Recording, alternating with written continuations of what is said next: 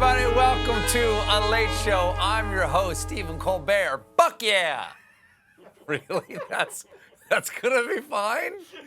Okay, but maybe don't push it. Okay, folks, like most of you, I'm guessing, last night I watched the Super Bowl, and we all know who won. My halftime chocolate souffle.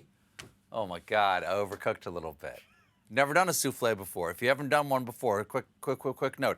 It's basically just eggs. 1 minute makes all the difference between lush lava center and Nerf. I made a Nerf cake. But in a larger sense, last night, normality won. I'm not saying that they're all normal now just because there was a Super Bowl, but there was some normal mixed in with our weird. Tom Brady won. That's normal. For Tampa Bay, that's weird. There were 25,000 fans in the seats. Normal. There were 30,000 cardboard cutouts in the seats. That's weird. The Weeknd performed a great halftime show. That's normal. Then they got stuck inside a toaster oven. That's weird. Our emotions were manipulated by America's commercial industrial complex. That's normal. Bruce Springsteen was in a Jeep commercial. That's unusual. And he was in Kansas in the middle of the winter in a Jeep with the top down. That is weird, Bruce. Come on, buddy, you're 71. We wanted you to stick around for a long time. You can't take a 10th Avenue freeze out at your age. I can't even say it. Listen to the tone of my voice. How panicked I am. This is not acting. This is just how I talk now. One thing, Doc says I should drink decaf. I'm getting a new Doc. One thing that was not normal but was beautiful was the pregame performance from the breakout star of Joe Biden's inauguration, poet Amanda Gorman, who recited an original poem. It was the most exciting pregame poetry recital since Robert Frost kicked off the action at Super Bowl I. Whose woods these are, I think I know. His heart. I think he vaporized him. Just bone and dandruff. While the teams did their best to make the game itself safe-ish, the after party on the streets of Tampa was a different story because following the Bucs' blowout victory, hordes of maskless fans partied hardy in a foolhardy display that can only be described as Florida. Because the pandemic still rages across the nation. And I'll tell you all about it in tonight's edition of Catch a Third Wave, Endless Bummer. Over the river and through the woods to grandmother's lawns we go. Don't wanna be late, she might vaccinate. I gotta get into her nose. Wait, I didn't hit him. You did, first shot. I hit him the first shot? I can think of very few things that are less COVID safe than a blow dart. God, this is fantastic. People are getting rid of this funneling disease out this side. I'm sure I'm fine. People are finally getting vaccinated, folks, but it's still a race against the clock because a new COVID variant first found in Britain is now spreading rapidly in the U.S. It's the biggest health hazard since the 1960s British invasion of Chad and chlamydia and Herman's herpes.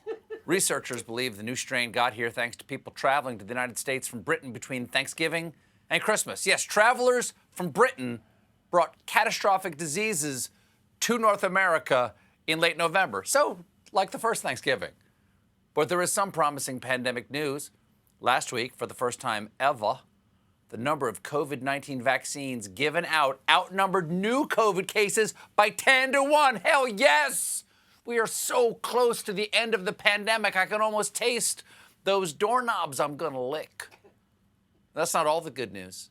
Vaccine distribution is looking so promising that President Biden is upping his 100 million vaccinations in his first 100 days goal to 150 million, an increase of 50%. And to celebrate, Biden's also upping his ice cream dosage by 50%. One reason for Biden's optimism is that last week, Johnson & Johnson applied for emergency approval of what would be the world's first one-shot coronavirus vaccine. They've already got a slogan and a spokesman ready for it. At Johnson & Johnson, we recognize that You only get one shot. Do not miss your chance to blow. This opportunity comes once in a lifetime. You better. Thank you, Dr. Shady. At this point, 5, count them, 5 separate vaccines have gone through public trials with exciting results. Of the roughly 75,000 people who have received one of the 5 in a research trial, not a single person has died from COVID. 75,000 shots and no deaths. Those are stormtroopers shooting at Luke Skywalker kind of numbers. Now that multiple vaccines are on the market, British researchers have started experimenting mixing doses of the Pfizer and AstraZeneca shots in a world first. Now, if you're wondering how to mix them, just remember, AstraZeneca before Pfizer, great appetizer. Pfizer before AstraZeneca, injected aganica.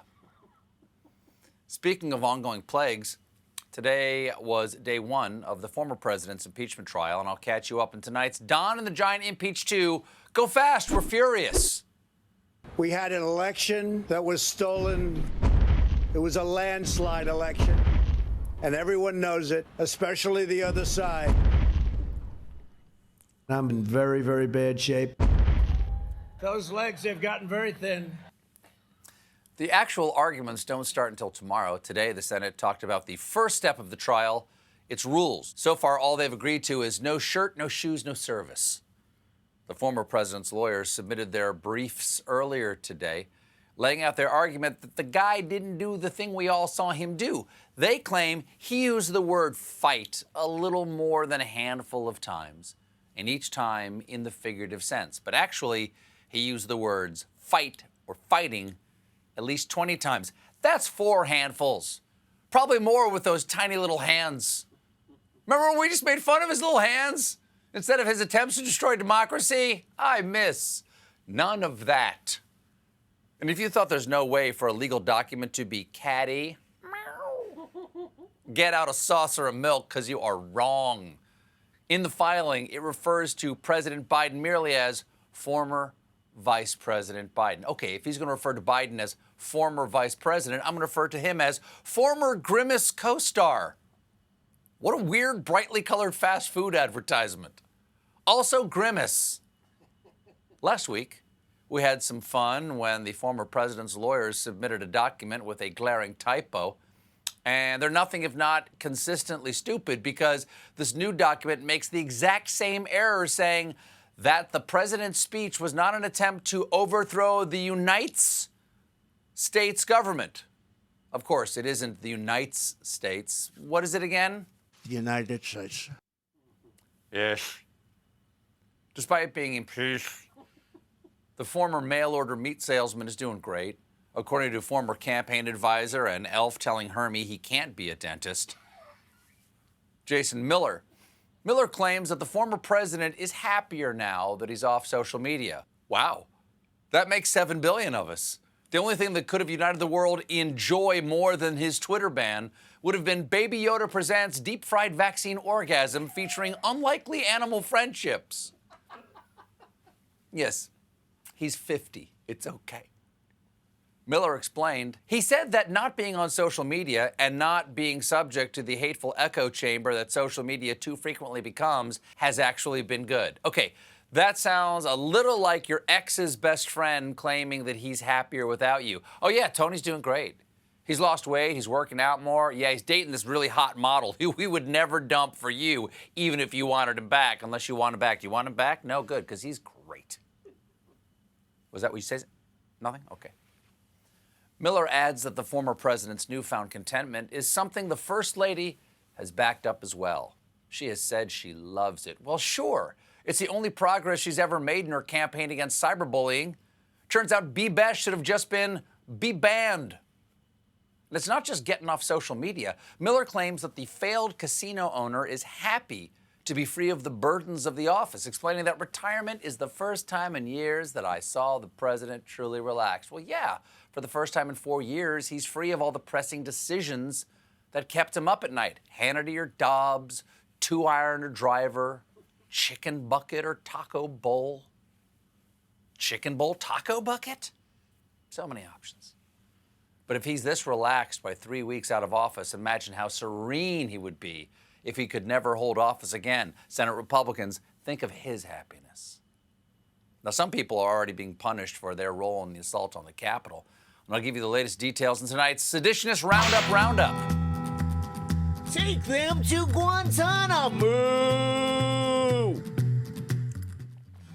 The latest to be arrested by the FBI is Capitol rioter and man with a refreshingly honest Tinder profile pic, Sam Fisher. When he's not trying to overthrow democracy, Fisher is a self-styled Manhattan dating coach who goes by the name Brad Holiday, because that's how you get your dating coach name. You choose any first name and the family gathering you're now banned from because you brought a gun to the last one. Fisher's video collection suggests a fierce devotion to a hyper-masculine ethos and featured advice about things like the best facial serums. Reminds me of that famous Teddy Roosevelt quote, "Speak softly and use retinol around the eyes." Remember, up, always up. Now, Fisher is in federal custody, but some of the seditionists are getting off pretty easy. For instance, on Friday, a federal judge ruled that a woman charged in U.S. Capitol riot can take a trip to Mexico. That's ridiculous. You can't let her go on vacation. She's clearly a flight risk because there's a pandemic, and I seriously doubt she's going to wear a mask on that flight. The writer in question is named Jenny Louise Cudd, who sought permission for her Mexico getaway for a work-related bonding retreat with her employees and their spouses. That has got to suck for her employees and their spouses. Hey, honey, great news. Jenny got arrested for attacking Congress, so we won't have to spend the whole Mexico trip learning how to say "stop the steal" in Spanish. I'm sorry, the judge did what? ¿Qué pasa? The Mexico trip may be an attempt to boost company morale because Cudd claims that the insurrection brought negative attention for her floral business, which received 500 negative reviews on Google from across the country. They were harsh, like this one. "Flowers were delivered by a Nazi who smashed our windows. Also, too much baby's breath." Despite the bad reviews, Cudd expressed no regrets. What they're trying to do is cancel me because I stood up for what it is that I believed in. And I can tell you this, and I've told everybody this, I would do it again in a heartbeat. Okay, I think you're trying to cancel you, because I'm pretty sure what you just said is admissible in court as a confession. Your Honor, my client did not do it, and she did do it, and she'll do it again. Okay, the defense rests, and the defense quits, and the defense really regrets going to law school. God, are you guilty? We've got a great show for you tonight. Queen Latifah is here, but when we return, meanwhile, join us, won't you?